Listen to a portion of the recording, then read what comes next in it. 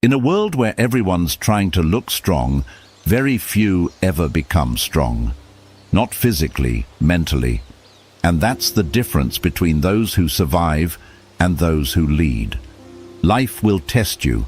It will shake your beliefs, break your routines, and expose your weaknesses. But what if you could train your mind to be unshakable before the storm hits? What if, instead of reacting, you rewired? Instead of collapsing, you adapted. In this video, you won't just learn how to be mentally strong, you'll learn how to forge a mind so sharp, so calm and so disciplined that even chaos will respect your silence. Let's begin. 1. Break your own mind before life does. Buddhism teaches us a deep and powerful truth. Suffering is born from attachment, especially the attachment to things we believe will stay the same forever. We hold on to ideas, routines, identities and expectations, believing they are permanent. But life is constantly changing. Nothing lasts. Not our feelings, not our beliefs, not even our sense of self. If we ignore this truth and cling to our comfortable illusions, life will eventually break us to show us reality. That's why it's better to break your own mind before life does it for you. What does that mean in practical terms?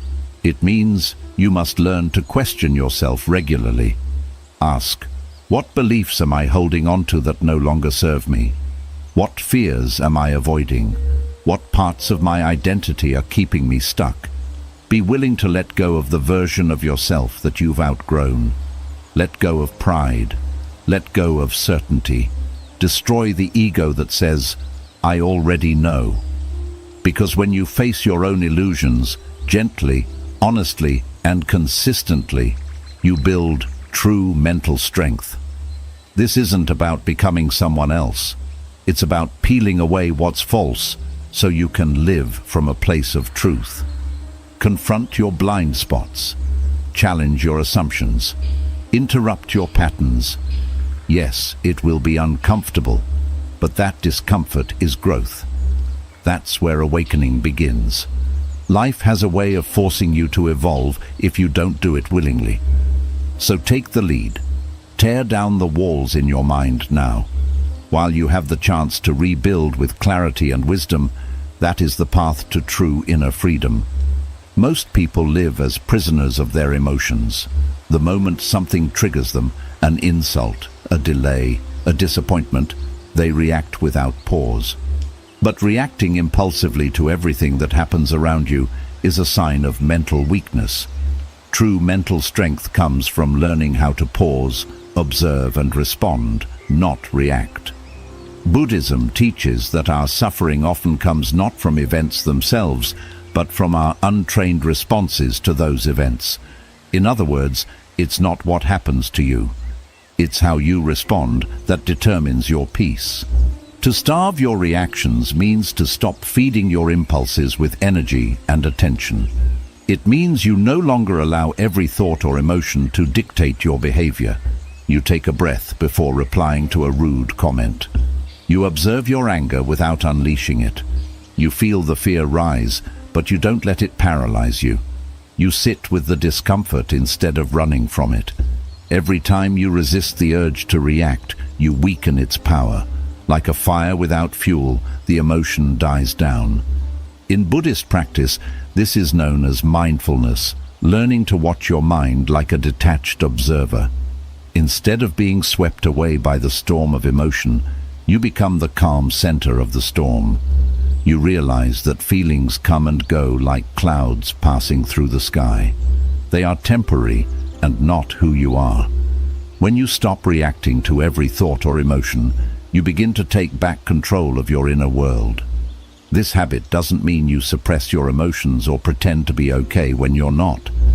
It means you create a space between stimulus and response, a sacred pause. In that space, you choose your response based on clarity, not chaos. Over time, this practice rewires your brain. You begin to respond with wisdom instead of emotion, with calm instead of confusion. And that is where true power lives. Not in reacting louder, but in remaining silent and grounded when others lose control. To be mentally strong, learn to sit with your emotions without becoming them. Don't feed your triggers. Don't fuel the drama. Starve your reactions, and you will feed your inner peace. 3. Kill the victim in you every morning. Every single day you wake up with a choice to see yourself as a victim of your circumstances or as the creator of your life. The victim mindset whispers, "It's not your fault, you can't do anything about it, or life is unfair." And while those words might feel comforting for a moment, they are dangerous, because the longer you believe them, the more powerless you become. Buddhism teaches that liberation begins with responsibility, taking full ownership of your thoughts, emotions, and actions, regardless of what the world throws at you. To kill the victim in you every morning means to start your day by refusing to identify with weakness, blame, or self-pity. It means recognizing that while you cannot control everything that happens to you, you are always responsible for how you respond. This is not about denying pain or pretending everything is fine. It's about refusing to let that pain define you. The victim mentality is subtle. It hides behind complaints, excuses, procrastination, and emotional dependence. You say, "I can't focus because people keep distracting me." You say, "I can't grow because no one supports me." You say, "I'm stuck because life is unfair." But every time you say that, you give your power away. The Buddha taught that suffering is a part of life, but clinging to suffering is optional. The way out is through awareness, courage, and conscious action. Each morning, before you check your phone or dive into the chaos of the day, take a moment to center yourself. Remind yourself, "I am not a victim. I am not my past. I am not my excuses." Breathe in responsibility. Breathe out blame. Stand tall in your ability to respond with strength, no matter how difficult your circumstances are. Mentally strong people don't wait for someone to save them. They rise. They confront their story. They rewrite it. They know that nobody is coming, and that's exactly why they must lead themselves. So kill the victim in your mind before it begins to speak. Replace it with a warrior, a presence that acts, chooses, and takes full responsibility for its path. In today's world, boredom is treated like a disease. The moment we feel even a second of stillness or silence, we reach for our phones, open a tab, scroll endlessly, or distract ourselves with noise. But what if boredom wasn't your enemy? What if boredom was your training ground? Buddhism teaches that peace, wisdom, and true self-understanding arise not in moments of excitement, but in moments of silence. It's in stillness that the mind reveals its truth. To train your mind to love boredom means to sit with yourself without needing constant stimulation. It means practicing presence in the simplest, most ordinary moments of life, waiting in line, sitting alone in a room, walking without headphones. Why? Because when you remove all external stimulation, your mind starts to surface its deeper patterns. You begin to notice your cravings, your restlessness, your thoughts, and your emotional attachments, and with that awareness comes the power to change. In Buddhist meditation, boredom is not seen as a problem. It is a doorway. When the mind says, "This is boring," it's not because the moment lacks meaning. It's because the ego is uncomfortable without distraction. The ego wants to be entertained, stimulated, validated. But your higher self, the calm, observing consciousness, knows that the ability to sit in boredom without resistance is the foundation of mental mastery. Think about it.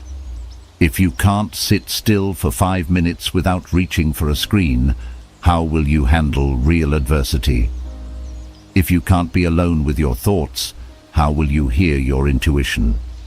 If your mind always runs from boredom, it will also run from discomfort, growth, and discipline. The mentally strong person rewires their relationship with boredom. They embrace it. They use it as a form of meditation, of mental detox. In boredom, they build patience. In silence, they meet themselves. They learn that not every moment needs to be filled, and that often the most powerful insights arise in the empty spaces. Start small. Sit in silence for 10 minutes a day.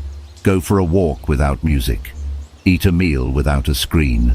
Notice how uncomfortable your mind becomes and stay with it. Smile at the stillness. Welcome the boredom, because every time you sit through it, you're breaking the addiction to distraction. You're becoming less reactive, more present, and infinitely stronger inside. To love boredom is to befriend your mind, and once you learn to be still, there is nothing the world can throw at you that you cannot handle with calm and clarity. 5. Become the observer, not the victim. One of the greatest teachings in Buddhism, and one of the most liberating realizations you can ever have, is this: you are not your thoughts. You are not your emotions. You are not your mind. You are the one who observes it all. Most people go through life completely identified with the voice in their head. They believe every thought, get swept away by every emotion, and let their inner chatter shape their sense of self. But the truth is, you are not the storm. You are the sky. The storm is just passing through. To become the observer means to step back from the constant noise of your mind and simply watch, not to judge, not to react, just to witness. This is the foundation of mindfulness practice in Buddhism. When you meditate, you begin to notice how thoughts come and go, just like clouds moving across the sky. Some are light and harmless, others are heavy and dark, but none of them are you. They are temporary, you are not. Now ask yourself honestly, how often do you react out of pure emotion without thinking? How often do you take your thoughts at face value without questioning them? A small inconvenience happens, and suddenly you're angry. Someone criticizes you, and you spiral into self-doubt. You don't get what you expected, and you fall into disappointment or blame. In all these situations, the same pattern is playing out. You are identifying with the mind, and you are choosing to play the role of the victim. The victim mindset says, "Why is this happening to me?" The observer mindset says, "Interesting. Look at how my mind is reacting to this." That small shift changes everything, because once you become the observer, you take back your power. You stop being controlled by every emotional wave. You stop living like a puppet whose strings are pulled by circumstance. You start living with awareness. Buddhist monk Ajahn Chah once said, "You see, the glass is already broken. Because I know this, I can enjoy it fully now. And when it is gone, it is gone." This is the essence of observing life. Understanding that everything is temporary. Emotions, possessions, relationships, achievements, even your body. When you live from this place of awareness, you become grounded. You stop clinging to things that pass. And when life shakes you, you are not destroyed. You remain centered. Becoming the observer also means detaching from your inner critic. That voice in your head that tells you you're not good enough, not ready, not worthy. It's not the truth. It's just a habit of thought, formed over years. You don't have to argue with it. You don't have to believe it. You just have to watch it like watching a bird fly by. The more you observe it without reacting, the weaker it becomes. And one day, it stops showing up at all. This practice is not about denial. It's not about pretending your emotions don't exist or suppressing your pain. In fact, it's the opposite. You feel everything, but you don't drown in it. You sit with your fear. You breathe through your sadness. You acknowledge your anger, but you no longer become those emotions. You witness them as part of your human experience, and you let them go when they've run their course. When you live as the observer, something amazing happens. Your mind becomes your tool, not your master. You choose your responses. You protect your peace. You don't need to prove yourself because you are no longer caught in the illusion of the ego. You don't need constant validation because your self-worth comes from awareness, not opinion. You don't crumble under stress because you no longer take life so personally. So how do you begin? You start by noticing. Throughout your day, take moments to pause. Ask yourself, what am I thinking right now? What emotion am I feeling? What triggered it? Don't try to change it. Just observe it. Watch your mind like you would watch a movie. With time, you'll begin to see the patterns. You'll notice how your thoughts pull you into the past or project fear into the future. You'll see how your mind loves to create stories, and how most of those stories aren't even true. Then, take a deep breath and return to the present.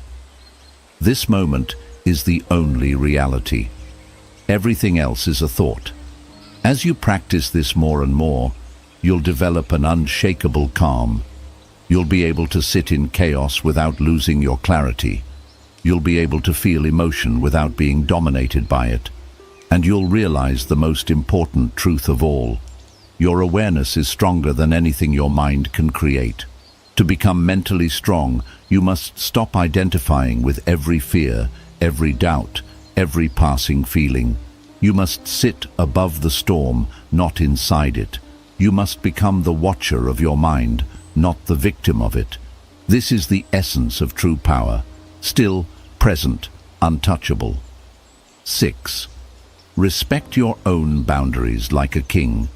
One of the most overlooked signs of true mental strength is the ability to honor and protect your own boundaries. In a world where people-pleasing is praised and self-sacrifice is often mistaken for love, many individuals constantly betray themselves just to be accepted, liked, or approved. But make no mistake. Every time you say yes when you mean no, you weaken your sense of self. Every time you allow someone to disrespect your space, your time, or your energy, you train your mind to believe that your peace doesn't matter. To respect your own boundaries like a king means to draw clear, unshakable lines in your life that protect your inner world. These lines are not built from ego or arrogance. They are built from self-respect. A king doesn't apologize for protecting his kingdom. He doesn't seek approval for guarding his gates, and neither should you.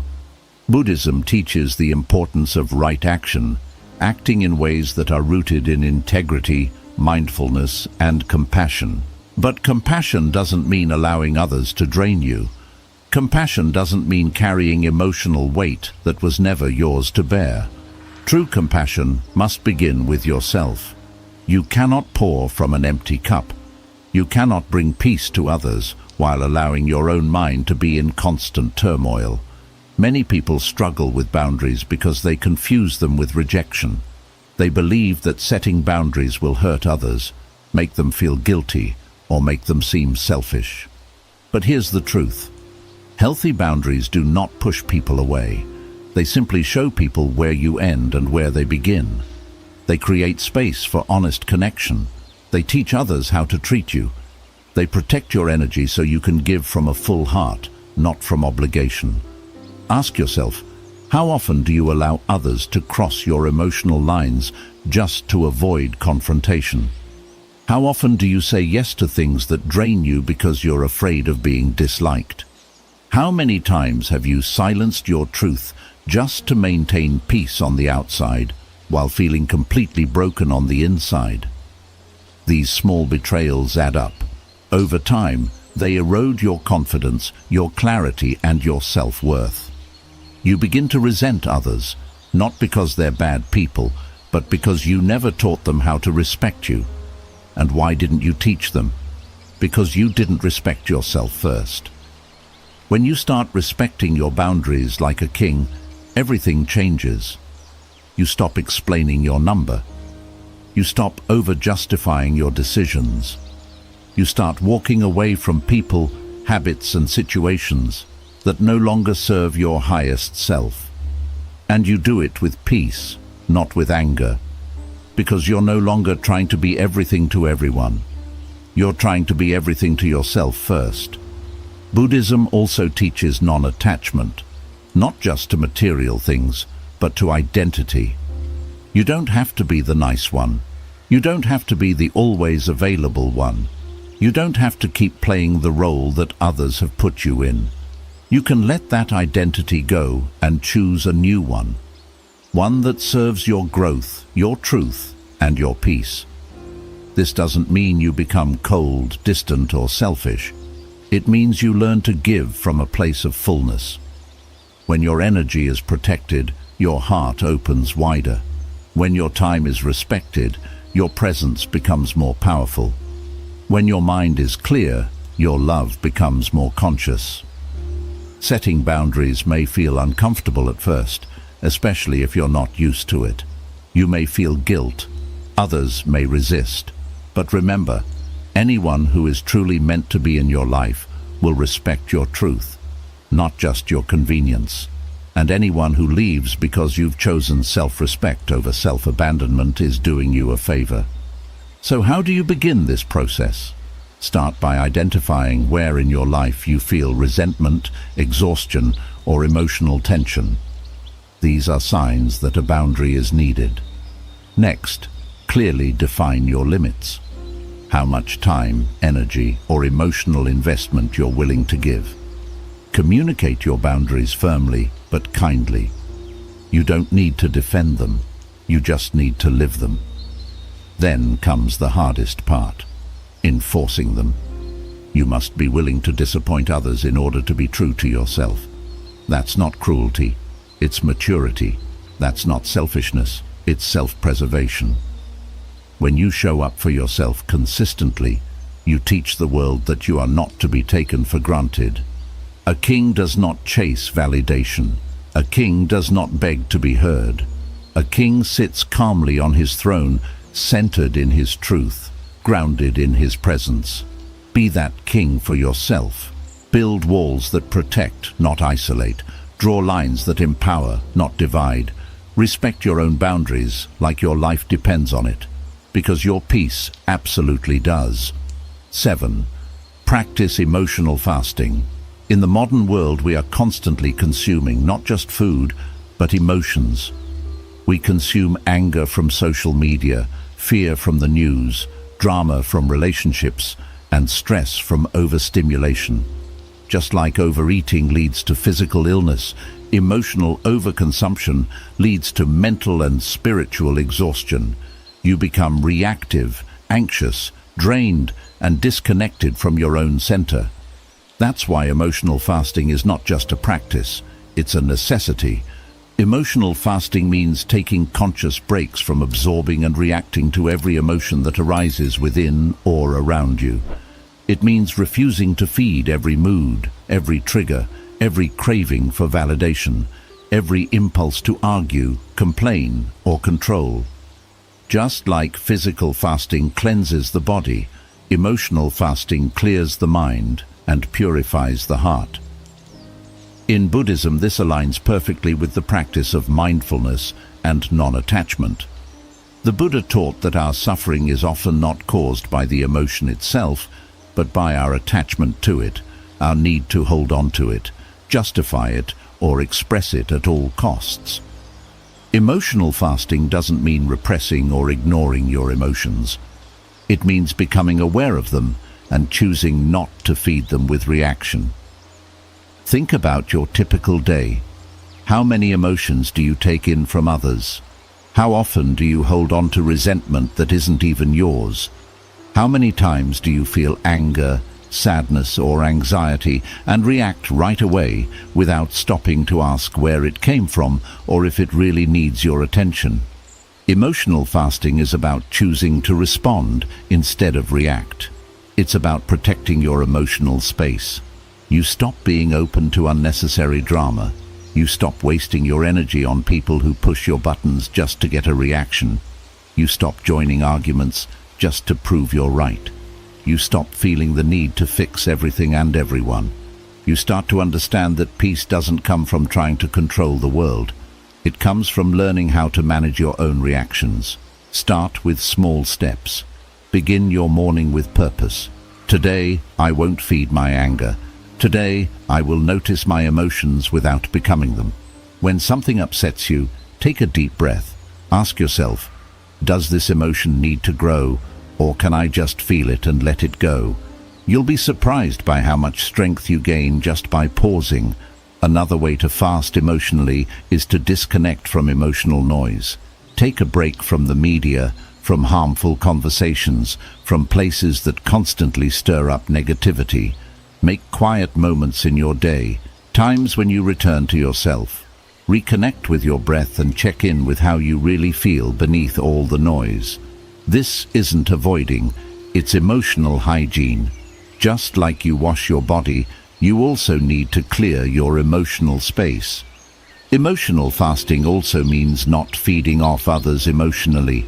Many people, without realizing it, use relationships to unload emotions they haven't dealt with. They lash out, complain, blame, or look for comfort. Not to heal, but to avoid facing their inner work.